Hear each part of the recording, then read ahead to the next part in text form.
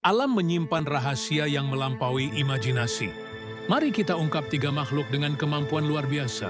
Pertama, ubur-ubur abadi.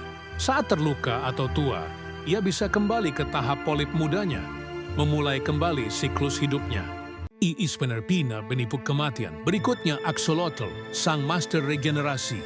Jika kehilangan kaki, jantung, atau bahkan sebagian otaknya, ia akan menumbuhkannya kembali dengan sempurna.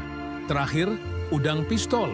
Dengan capitnya, ia menciptakan gelembung sonik yang suhunya sesaat setara permukaan matahari, menghasilkan ledakan untuk melumpuhkan mangsanya. Tiga makhluk, tiga keajaiban. Alam semesta penuh dengan hal-hal tak terduga.